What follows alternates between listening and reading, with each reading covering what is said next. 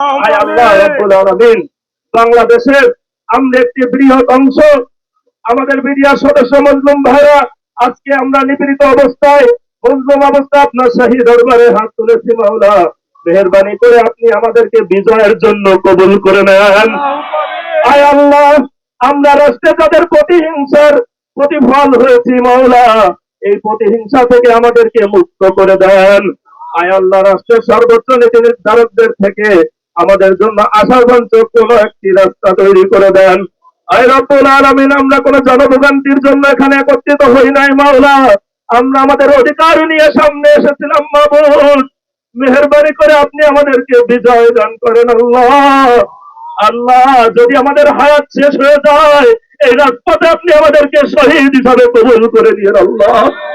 আয় আল্লাহ, আমরা বঞ্চনার শিকার হয়ে বেঁচে থাকতে চাই না মাওলা, মাওলা আমরা বীর বেশে বেঁচে থাকতে চাই, আমাদের এই জন্ম মাতৃকার সেবা করে বেঁচে থাকতে চাই, অধিকার নিয়ে ঘরে ফিরে যেতে চাই।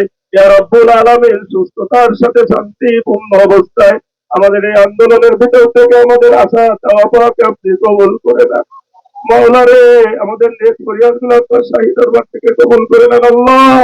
আল্লাহ, আপনি ছাড়া এই মুহূর্তে আমাদের আর সর্বোচ্চ কোন আশার আশ্রয়স্থল নাই।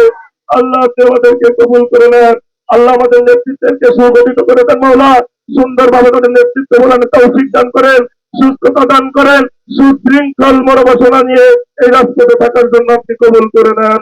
সুবহান রাব্বিকা রাব্বিল ইজ্জাতি আম্মা ইয়াসিফুন, আসসালামু আলাল মুরসালিন, আলহামদুলিল্লাহি রাব্বিল আলামিন।